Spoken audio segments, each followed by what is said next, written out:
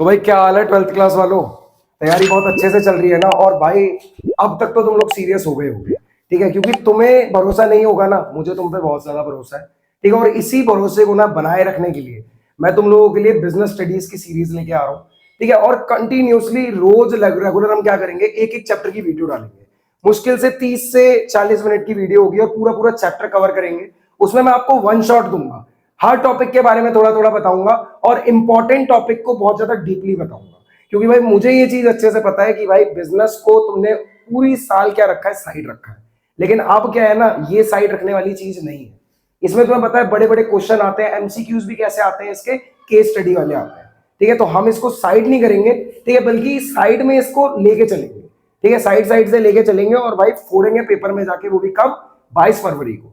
Clear है ये चीज। तो आज से हम स्टार्ट करने वाले हैं भाई chapter 1, nature and significance of management. क्योंकि आपको पता है भाई तुम्हारी बुक क्या है ना, दो पार्ट में डिवाइडेड।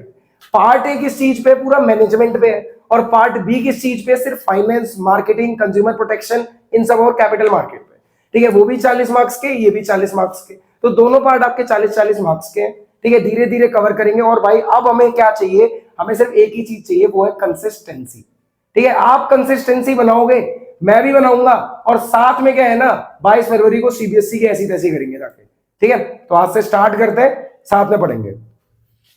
पहले चैप्टर से स्टार्ट कर रहे हैं जिसका नाम है nature and significance of management, ठीक है। बहुत इंपॉर्टेंट चैप्टर, और ऐसे ऐसे क्वेश्चन आते हैं ना इसमें से, बच्चा थोड़ा सा घूम जाता है कि यार क्या पूछ लिया। किसी भी क्वेश्चन में मैनेजमेंट पूछ लेगा, कभी प्लानिंग चल रही होगी, कभी कोई और चैप्टर चल रहा होगा, पूछेगा इसमें मैनेजमेंट का कौन सा प्रिंसिपल है, ये है वो है, सिर्फ मैनेजमेंट मैनेजमेंट और मैनेजमेंट, ठीक है। तो इसी मैनेजमेंट को ना थोड़ा सा और मैनेज कर लेते हैं और अपनी लाइफ में और अपने लिए अपने दिमाग में डाल लेते हैं आज, ठीक है। तो स्टार्ट करते हैं। सबसे पहले इस चैप्टर की अगर मैं तुम्हें वेटेज बताऊं ना, 5 से 6 मार्क्स का आएगा तुम्हारे पेपर में। कितने मार्क्स का आएगा, 5 से 6 मार्क्स का, ठीक है। तो 5 से 6 मार्क्स हमारे लिए बहुत जरूरी है।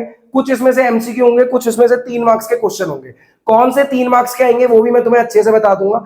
कॉपी और पेन साथ में उठा के बैठ जाओ बस अब, ठीक है। जैसे जैसे मैं बताता जाऊं, क्या क्या बताता जाऊं, क्या क्या लिखता जाऊं, लिखते जाओ।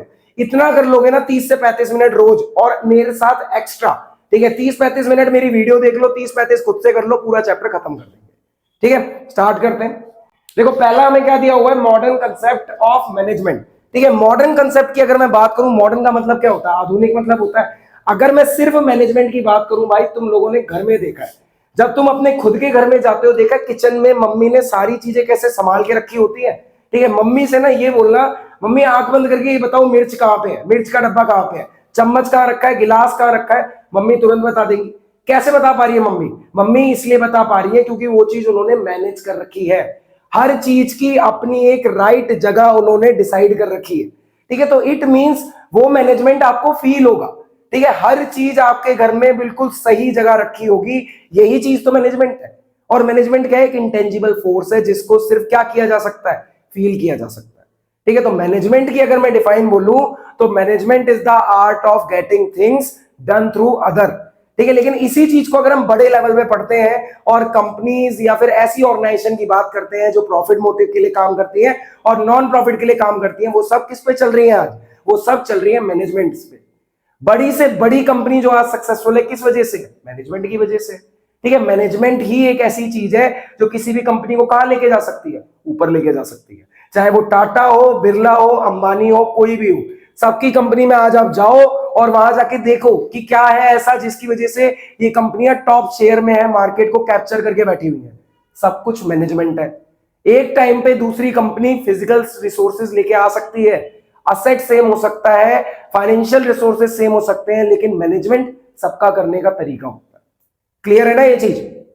आज के टाइम की अगर मैं बात करूं ना, मॉडर्न कंसेप्ट ऑफ मैनेजमेंट की, तो मॉडर्न कंसेप्ट ऑफ मैनेजमेंट की डिफाइन क्या है कि मैनेजमेंट क्या है, मैनेजमेंट एक प्रोसेस है, ठीक है, जिसमें हम अपने गोल को क्या करते हैं, अचीव करते हैं। तो management refer to a process where we achieve the goal by doing work effectively and efficiently, ठीक है। तो मैनेजमेंट क्या होता है, एक ऐसी एक्टिविटी है जो कि एक तरीके का प्रोसेस है जिसमें हम अपने गोल्स को क्या करते हैं, अचीव करते हैं। कैसे अचीव करते हैं, इफेक्टिवली और एफिशिएंटली क्या करते हैं, अचीव करते हैं। तो देखा जाए मैंने इस डेफिनेशन में 3 वर्ड्स का जिक्र करा है, ठीक है। कौन से 3 वर्ड, सबसे पहले इसमें मैंने प्रोसेस के बारे में बताया। मैनेजमेंट क्या है, एक प्रोसेस है भाई। अगर मैं प्रोसेस की बात करूं ना, प्रोसेस क्या होता है? प्रोसेस होता है किसी भी काम को करने की एक सीरीज, एक सीक्वेंस, ठीक है। तो सीक्वेंस अगर मैं तुम्हें बोलूं कि जैसे तुम 12th क्लास तक आ गए, 12th क्लास तक कैसे आए? डायरेक्ट नर्सरी से 12th में पहुंच गए? नहीं, स्कूल वालों ने हमारे एजुकेशन सिस्टम में क्या बना रखा है? एक प्रोसेस बना रखा है। बच्चा पहले फर्स्ट में आएगा, सेकंड में आएगा, थर्ड में आएगा, फिर ऐसे करते करते 12th तक पहुंच जाएगा। तो मतलब स्टेप बाय स्टेप काम चलता है ना, ठीक है। ऐसा तो नहीं फर्स्ट से बच्चा 7th में, 7 से 12th में पहुंचता है, नहीं। तो मैनेजमेंट भी क्या एक प्रोसेस है, और प्रोसेस क्या होता है? कोई भी सीक्वेंस या सीरीज होती है जिसमें हम काम को क्या करते हैं? स्टेप बाय स्टेप करते हैं। और मैनेजमेंट के जो फंक्शंस है, ठीक है, मैनेजमेंट के फंक्शंस ही क्या है? उसके प्रोसेस है, ठीक है। इसमें इनकी सीरीज है इसके फंक्शंस की, कौन कौन सी, ठीक है। अगर मैं प्रोसेस की बात करूं, इसमें सबसे पहले आपके पास प्लानिंग है, प्लानिंग है, उसके बाद क्या आता है? ऑर्गेनाइजिंग है, ऑर्गेनाइजिंग के बाद आपके पास स्टाफिंग है, स्टाफिंग के बाद आपके पास डायरेक्टिंग है, और डायरेक्टिंग के बाद आपके पास क्या है? कंट्रोलिंग है, ठीक है। सिर्फ मैनेजमेंट का मतलब ये नहीं होता कि आपने लोग रख लिए और वो उनको काम बांट दिया, ठीक है। आपको प्लानिंग भी करनी है, चीजों को ऑर्गेनाइज भी करना है, स्टाफिंग भी करनी है, डायरेक्ट भी करना है, और इन सब काम को नजर रखने के लिए आपने कंट्रोलिंग भी करनी है, ठीक है। तो मतलब आप ये चीजें कैसे करते हो? स्टेप बाय स्टेप करते हो। It means management is a process. Clear है इतना? ठीक। अब उसके बाद मैंने बोला कि मैनेजमेंट एक प्रोसेस है, लेकिन आप अपने ग्रुप गोल को अचीव करोगे इफेक्टिवली भी और एफिशिएंटली भी। अब ये इफेक्टिवली और एफिशिएंटली क्या है भैया? अगर मैं इफेक्टिवली की बात करूं, ठीक है, आप अगर मैनेजमेंट कर रहे हो, अपना काम करवा रहे हो, अगर आप उस काम को राइट वे में करवा रहे हो, मतलब एक राइट टास्क कंप्लीट कर रहे हो, वो भी ऑन टाइम पे, ठीक है, किससे कर रहे हो? ऑन टाइम पे कंप्लीट कर रहे हो, तो वो क्या आपके लिए इफेक्टिवनेस होती है, ठीक है। आपने अपना काम, अगर आपने अपना काम बिल्कुल सही करा और टाइम पे करा, तो इट मींस यू आर क्या? इफेक्टिव, ठीक है, आप इफेक्टिव, ठीक है। राइट जॉब करना, राइट टाइम पे करना, it means you are effective, ठीक है। तो मैनेजमेंट के दो ही पार्ट है, एक या तो इफेक्टिव होगा या तो एफिशिएंट होगा, ठीक है। और अगर वो इफेक्टिव होगा तो वो सही काम करेगा और टाइम पे करेगा, ठीक है। तो ये बात यही खत्म हो जाती है। मैं इसका लिख देता हूं कि इफेक्टिवनेस क्या है? राइट जॉब, वो भी राइट टाइम पे, ठीक है, राइट टाइम पे। अब मैं बात करता हूं किस चीज की? एफिशिएंसी की। एफिशिएंसी का मतलब होता है भाई राइट वे में करना, ठीक है। अगर ये होता है राइट जॉब करना, तो ये होता है राइट वे में करना, काम को सही तरीके से करना, ठीक है। अगर मैं तुम्हें सिर्फ ये बोलूं कि मेरे को क्या करना है? मेरे एक फाइल बना, ठीक है, आपने क्या किया? काम तो सही किया, टाइम पे भी किया, लेकिन उसे करने का तरीका क्या था? आपका सही नहीं था। इट मींस मैं आपको बोलूंगा you are effective but not efficient, ठीक है। अगर आप मेरे काम को मेरे मुताबिक सही तरीके से करते जैसा मैं चाहता था, तो अब मैं आपको क्या बोलता? You are effective and efficient. और कंपनी क्या चाहती है ना? कंपनी हमेशा यही चाहती है कि मेरे पास जो लोग है ना, वो इफेक्टिव भी हो और क्या हो? एफिशिएंट भी हो, ठीक है। तो अगर वो सिर्फ राइट जॉब राइट टाइम पे करते हैं, वो क्या है? सिर्फ इफेक्टिव है। और अगर वो राइट वे पे करते हैं, ठीक है, सही तरीके से करते हैं, without no wastage of resources, without wastage of resources, उन्होंने मेरा नुकसान भी नहीं किया, सही तरीके से काम किया, सही काम किया, और without any wastage of resources भी किया, ठीक है। मेरा एक भी पैसा फालतू बेकार नहीं हुआ, ठीक है। तो सही तरीके से मेरा काम भी हो गया। तब मैं उनको बोलूंगा कि आपने क्या है? राइट जॉब करी, राइट वे में करी, राइट टाइम पे करी, बिना वेस्टेज ऑफ रिसोर्सेज के करी, मतलब you are effective and efficient. Company यही चाहती है, ठीक है। तो बेसिकली और इफेक्टिवनेस के एंड रिजल्ट की अगर मैं बात करूं, मेन ऑब्जेक्टिव इसका सिर्फ ये होता है कि आपने क्या करना है? अपने काम को कंप्लीट करना ही। इसका एंड रिजल्ट ही इसका ऑब्जेक्टिव है कि आखिर में इसका रिजल्ट निकला क्या, ठीक है। और अगर मैं इफेक्टिवनेस की बात करूं, एफिशिएंट की बात करूं, तो एफिशिएंसी का मेन पर्पस ये होता है कि क्या हो? यहां पे कॉस्ट बेनिफिट एनालिसिस भी हो।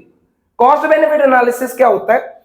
जब भी आप एफिशिएंट बनोगे, तो कंपनी आपसे यही उम्मीद लगा के बैठी रहेगी कि हमारे जितने भी प्रोडक्ट बन रहे हैं, ऑप्टिमम यूटिलाइजेशन ऑफ रिसोर्सेज के साथ चलेंगे, प्लस वेस्टेज नहीं होगा, और आप हमें ऐसा तरीका निकाल के बताओ जिससे कि अभी के प्रोडक्ट की कॉस्ट को धीरे धीरे क्या किया जा सके? कम किया जा सके। अगर आप अपने प्रोडक्ट की कॉस्ट को क्या कर सकते हो? कम कर सकते हो, तो आप प्रॉफिट ज्यादा कमाओ।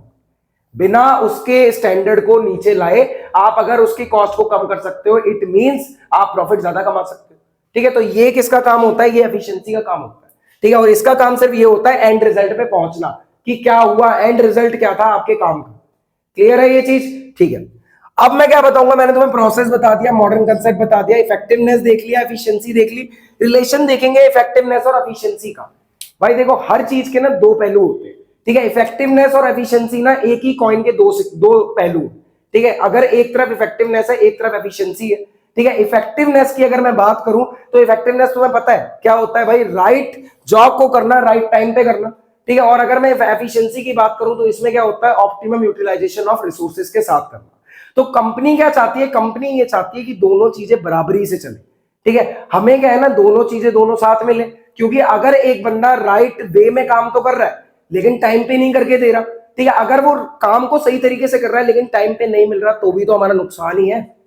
नुकसान तो है ना, कि अगर मैं तुम्हें काम देता हूं और तुमने मेरे को राइट टाइम पे नहीं दिया तो मेरे को गुस्सा आएगा ही आएगा, ठीक है। तो आप क्या करो, आप पहली चीज तो काम सही करो, टाइम पे करके दो मुझे, और काम को सही तरीके से करो, ये नहीं जल्दबाजी में बस घसीटे मार के दे दिए, ठीक है। और उसके बाद कोई भी रिसोर्स वेस्ट नहीं होना चाहिए, ठीक है। ना आपने ज्यादा कॉपियां यूज की, अगर 2 पन्ने का काम है तो 2 पन्ने में करो ना, 4 पन्ने कैसे लग रहे हैं, ठीक है। तो रिलेशनशिप यही है कि ये दोनों एक ही सिक्के के 2 पहलू, ठीक है, और दोनों का होना एक कंपनी में क्या है, जरूरी है, ठीक है। तो पेपर के लिए इंपॉर्टेंट टॉपिक क्या है इसमें भाई आपके लिए, इफेक्टिवनेस और एफिशिएंसी, ये इंपॉर्टेंट है, मार्क कर लेना, कम से कम 2 से 3 नंबर का आ सकता है, ठीक है। अब आपको अच्छे से समझ में आ गया हो ये चीजें क्या है, नहीं आया तो दोबारा स्टार्ट करेंगे, ठीक है, दोबारा थोड़ा सा बता दूंगा, आगे बढ़ते हैं। तो भाई अब हम लोग थोड़ा सा आगे बढ़ते हैं इस चैप्टर में, और हमारा बहुत इंपॉर्टेंट टॉपिक है, ठीक है, मतलब काफी हद तक इंपॉर्टेंट है। इंपॉर्टेंट कैसे है वो मैं तुम्हें एक चीज पहले बता दूं भाई, ये क्वेश्चन डायरेक्ट नहीं आता, ठीक है। अगर डायरेक्ट नहीं आता तो कैसे आता है, बहुत ज्यादा घुमा फिरा के आता है। क्या करेंगे, एक पैराग्राफ दे देंगे आपको और नीचे लिखा होगा कि ना लाइंस कोट करो और हर लाइन में बताओ कौन सा कैरेक्टरिस्टिक्स लग रहा है मैनेजमेंट का, ठीक है। तो और इसके लिए आपका क्या होना जरूरी है, इसका कंसेप्ट क्लियर होना जरूरी है, ठीक है। तो कंसेप्ट क्लैरिटी करते हैं, ठीक है, और इस टॉपिक को समझते हैं। टॉपिक का नाम क्या है, कैरेक्टरिस्टिक्स या फिर फीचर ऑफ मैनेजमेंट, ठीक है, कि इसकी विशेषताएं क्या है, ठीक है, क्या कैरेक्टरिस्टिक्स हैं भाई हमारे मैनेजमेंट की। अगर मैं पहली चीज बताऊं तो मैनेजमेंट एक गोल ओरिएंटेड प्रोसेस है।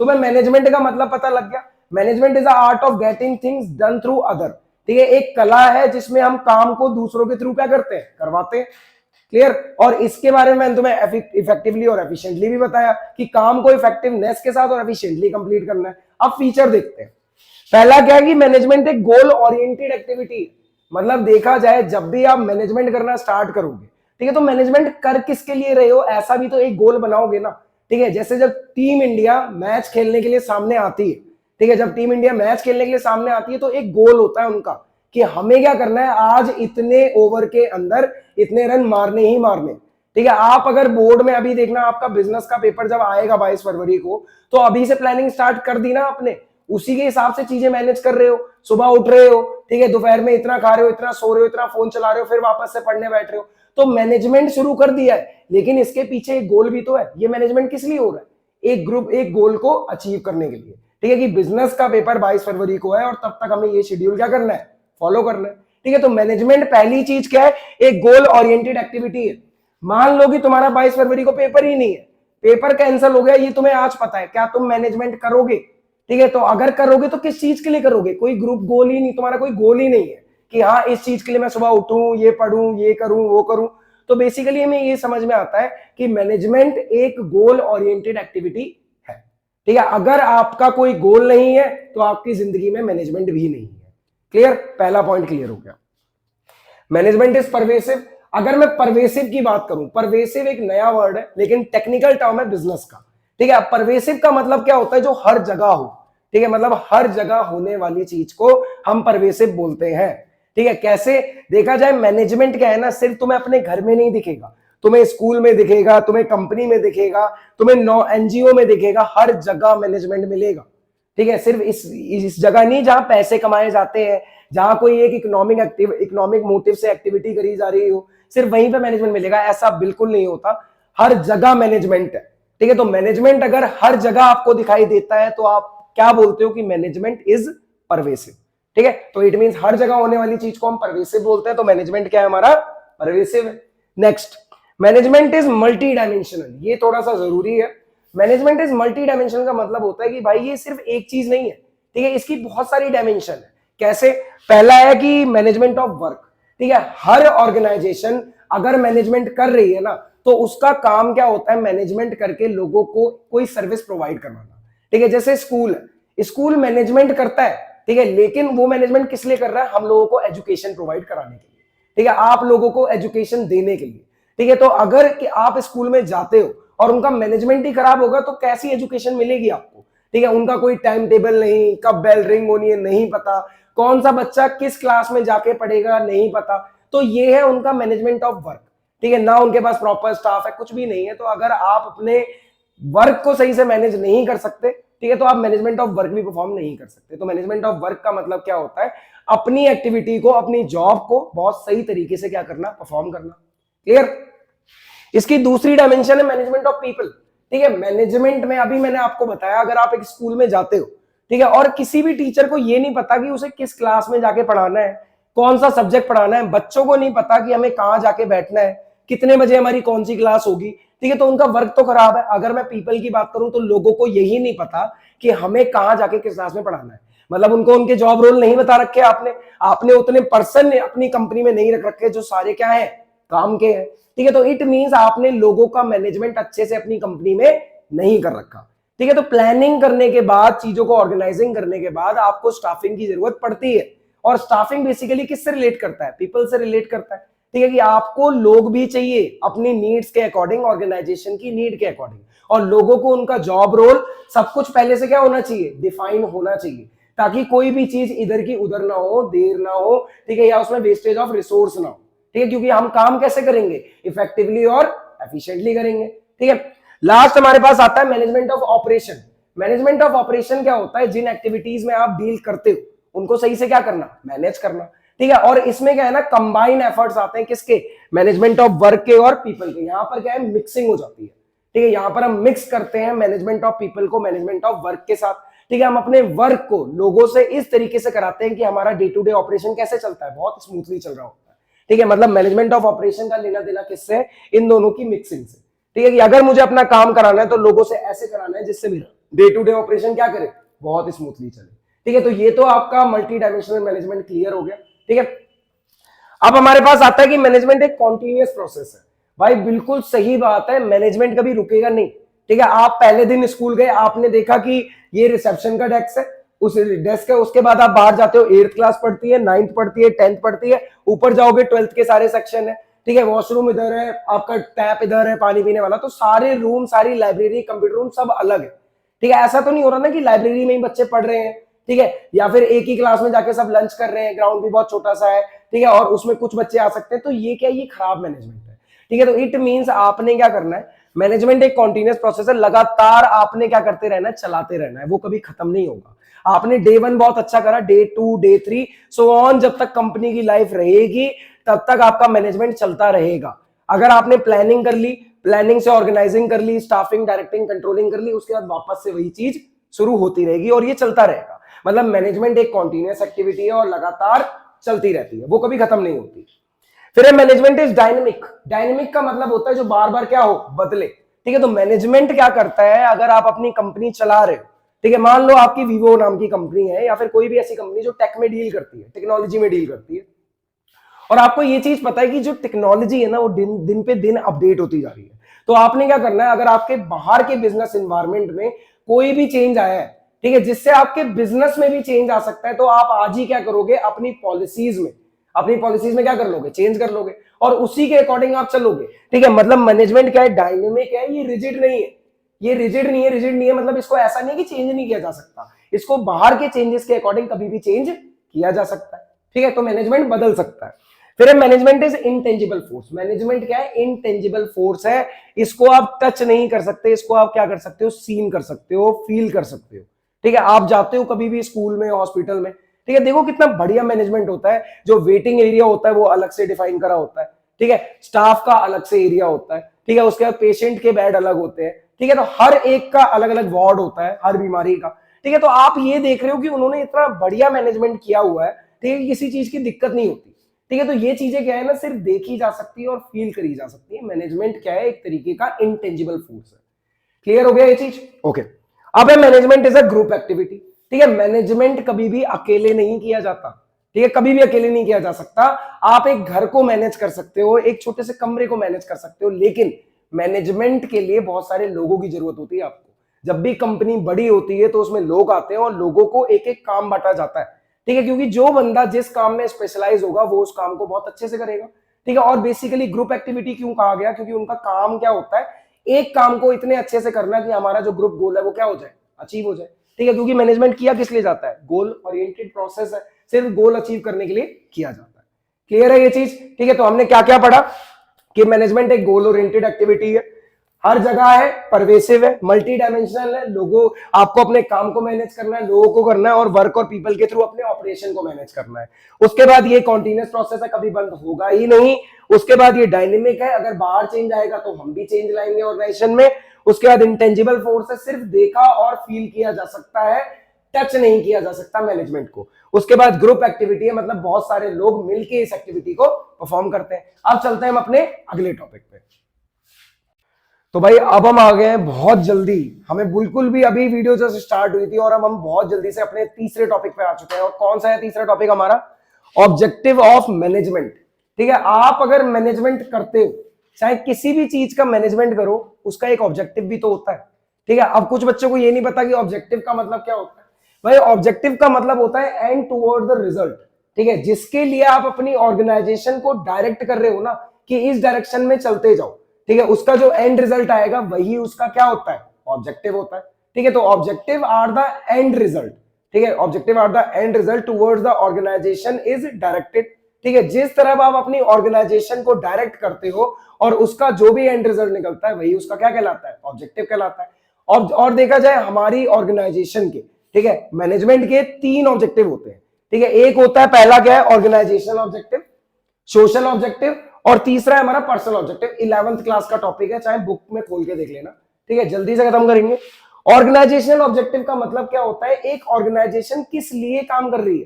ठीक है, मेन पर्पस क्या है उसका, ऑपरेट होने का मार्केट में। ठीक है, तो ऑर्गेनाइजेशनल ऑब्जेक्टिव को 3 पार्ट्स में बांटा गया, सर्वाइवल, प्रॉफिट और ग्रोथ के लिए।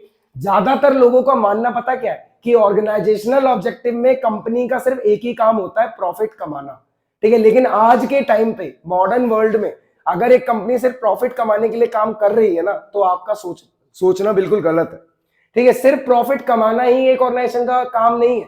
ठीक है, बहुत सी चीजें हैं जिसमें आज वो दिमाग लगाती है और उन्हें फुलफिल करना ही पड़ता है, वरना वो एक एनवायरमेंट में, एक सोसाइटी में नहीं रह सकती। तो प्रॉफिट कमाना ही एक काम नहीं है, लेकिन प्रॉफिट कमाना बहुत जरूरी है। क्लियर? अब जैसे ऑर्गेनाइजेशनल ऑब्जेक्टिव में पहला पार्ट आता है सर्वाइवल। ठीक है, सर्वाइवल का मतलब होता है एक कंपनी को मार्केट में लंबे समय तक बने रहने के लिए क्या करना पड़ेगा, कम से कम अपने प्रोडक्ट की कॉस्ट तो कवर करनी पड़ेगी। ठीक है, अगर आप अपनी कंपनी के प्रोडक्ट बना रहे हो, उसमें रॉ मटेरियल लगा रहे हो, लेबर लगा रहे हो, लैंड लगा रहे हो, रेंट दे रहे हो, सब कुछ लगा रहे हो, ठीक है, और आप अपनी कॉस्ट भी कवर नहीं कर पा रहे, तो आप लंबे समय तक नहीं टिक सकते।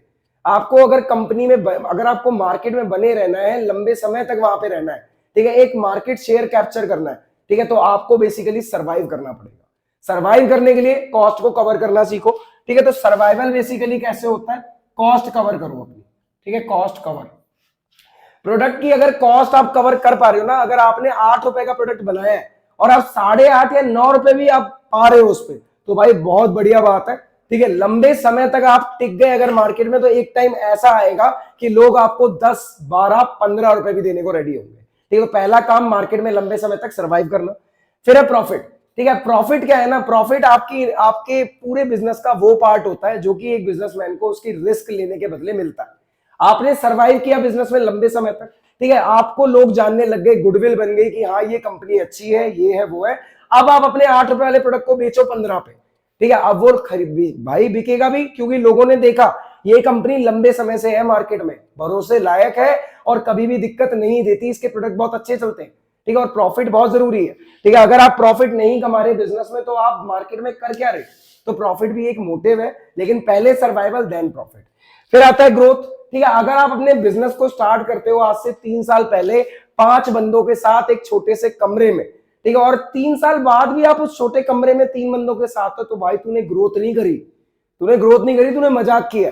ठीक है, तो अगर तूने सर्वाइवल किया, 3 साल तू रहा मार्केट में, तूने प्रॉफिट भी कमाया, तो तूने ग्रोथ क्यों नहीं करी? ग्रोथ किस टर्म में देखी जाती है बिजनेस की? नंबर ऑफ एम्प्लॉयज के टर्म में, नंबर ऑफ ब्रांचेस की टर्म में। ठीक है, अगर आपका बिजनेस सही में आगे बढ़ रहा है तो आपके एम्प्लॉयज ज्यादा होंगे।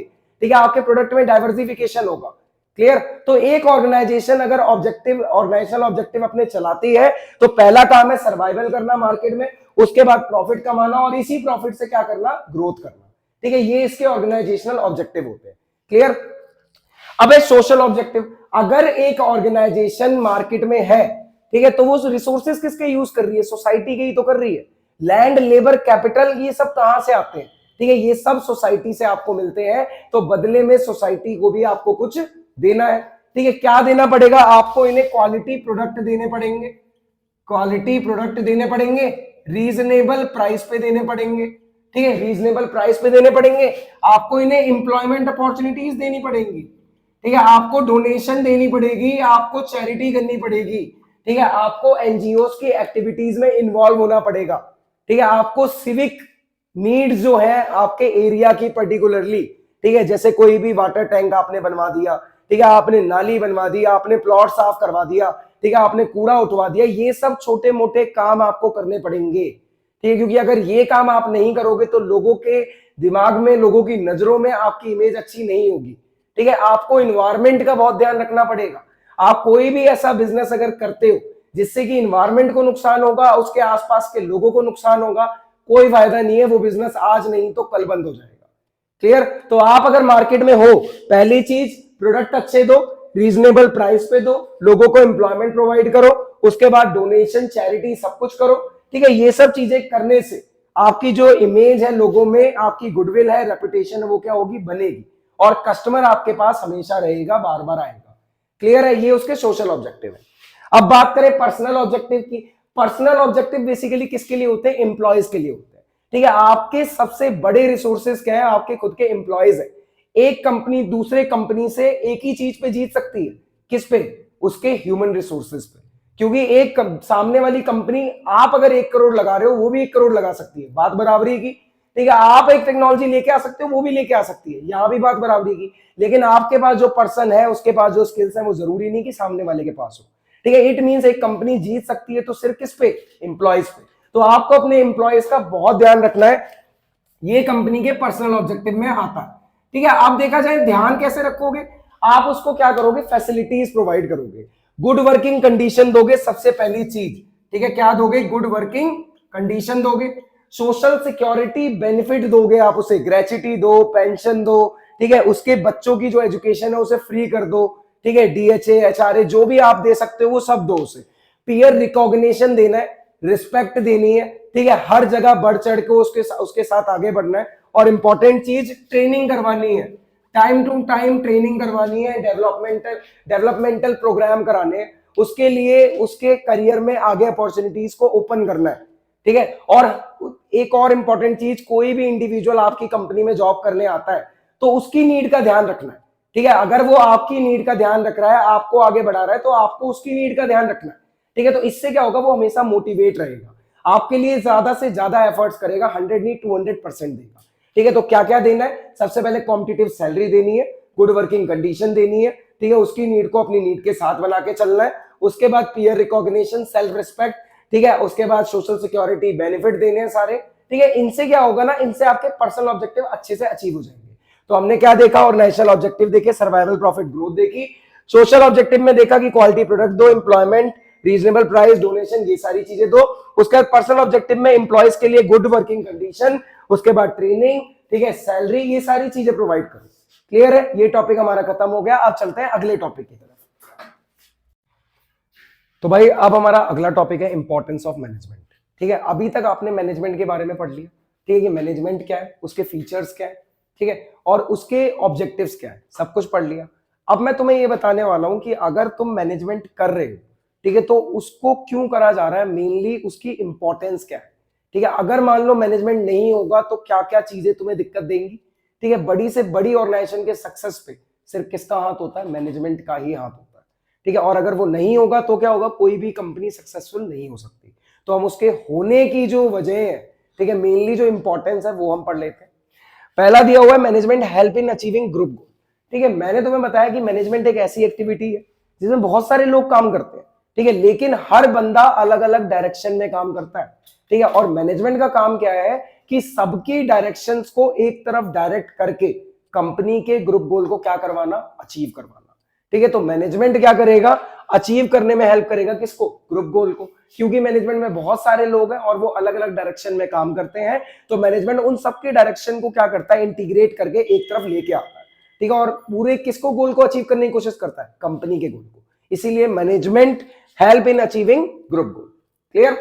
अब है हमारे पास मैनेजमेंट इंक्रीज एफिशिएंसी। हमने ये चीज बहुत अच्छे से पढ़ी कि मैनेजमेंट बेसिकली इफेक्टिवनेस और एफिशिएंसी पे चलता है। तो मैनेजमेंट करने से क्या होगा, वेस्टेज ऑफ रिसोर्स नहीं होगा, ठीक है, और प्रोडक्ट की कॉस्ट क्या हो जाएगी, आपकी कम हो जाएगी। तो मैनेजमेंट से एफिशिएंसी क्या होती है, बढ़ती है। थर्ड पॉइंट है, मैनेजमेंट क्या करता है, डायनेमिक ऑर्गेनाइजेशन क्रिएट करता है। ठीक है, जितने भी इंप्लॉयज काम करते हैं मैनेजमेंट में, एक कंपनी में काम करते हैं, तो जब भी चेंज आएगा, ठीक है, जब भी बाहर के एनवायरनमेंट में चेंज आता है, तो मैनेजर क्या करता है, कंपनी में भी चेंज करता है। ठीक है, और वो बार बार एम्प्लॉयज को मोटिवेट करता है कि जो भी चेंजेस आ रहे हैं आप भी उनको जल्दी से अडेप्ट कर ले, ठीक है, और इसी के साथ आगे बढ़ें, क्योंकि वही चेंजेस हमें आगे लेकर जाएंगे। ठीक है, तो मैनेजमेंट क्या है, create a dynamic organisation. Management help in achieving personal objective. ठीक है, अभी हमने पिछले टॉपिक में पढ़ा था कि पर्सनल ऑब्जेक्टिव क्या होते हैं, एम्प्लॉयज के ऑब्जेक्टिव। तो एक अच्छा मैनेजर वही होता है जो मैनेजमेंट भी अच्छे से करे, प्लस अपने एम्प्लॉयज का ध्यान भी बहुत अच्छे से रखे। ठीक है, मतलब एम्प्लॉयर एम्प्लॉयज को भी बहुत अच्छे से मैनेज करे। ठीक है, उनकी जितनी जरूरतें हैं उनको साथ में लेके चले, ट्रेनिंग दे, ठीक है, सोशल सिक्योरिटी बेनिफिट दे, गुड वर्किंग कंडीशन दे, तो उनकी नीड को आप साथ लेके चलेंगे। फिर है management help in development of society. ये भी मैंने आपको अभी बताया था कि सोसाइटल ऑब्जेक्टिव है आपके लिए। मैनेजमेंट क्या करता है, सोसाइटी का भी विकास करता है अपने साथ साथ। ठीक है, हमारे देश की जीडीपी को बढ़ाएगा, लोगों को अच्छे प्रोडक्ट देगा, रीजनेबल प्राइस पे देगा। ठीक है, कोई भी ऐसे एडल्ट्रेशन, ब्लैक मार्केटिंग जैसी एक्टिविटीज में इन्वॉल्व नहीं होगा। ठीक है, कोई भी इन्वायरमेंटल चीजें हार्म नहीं करेगा, इन्वायरमेंट की कोई भी चीज उसे हार्म नहीं करेगी। कोई भी ऐसे प्रोडक्ट नहीं बनाने थे, पॉलीथीन वगैरह कुछ नहीं बनाना, स्मोक वगैरह नहीं निकालना, ऐसे प्रोडक्ट का प्रोडक्शन ही नहीं करना। तो ये क्या है उसके, ये डेवलपमेंट ऑफ सोसाइटी का पार्ट हो गया। ठीक है, तो यही सारी उसकी इंपॉर्टेंस है कि मैनेजमेंट है तो ये सब कुछ है। क्लियर, क्या क्या पढ़ा है, management help in achieving group गोल, उसके बाद इंक्रीज एफिशिएंसी, देन है डायनेमिक ऑर्गेनाइजेशन में काम करता है, अचीव करने में हेल्प करेगा पर्सनल ऑब्जेक्टिव को, और लास्ट है कि ये सोसाइटी का क्या करता है, डेवलपमेंट करता है। अब हम अगली वीडियो में अपने नेक्स्ट टॉपिक से स्टार्ट करेंगे जो कि है नेचर ऑफ मैनेजमेंट। क्लियर, तो यहां तक आप तुम लोगों ने अच्छे से पढ़ लिया है। ठीक है, इसके नोट्स बना लो, ठीक है, और भाई कंसिस्टेंसी बनाए रखो, बने रहो साथ में। ठीक है भाई, फोड़ेंगे, ज्यादा दिन नहीं है हमारे पास। ठीक है, तुम्हारे 22 तारीख को जो तुम्हारा पेपर होगा ना भाई, सेंटर से बाहर निकलते ही तुम बोलोगे भैया मजा आ गया। ठीक है, चलो मिलते हैं अगली वीडियो।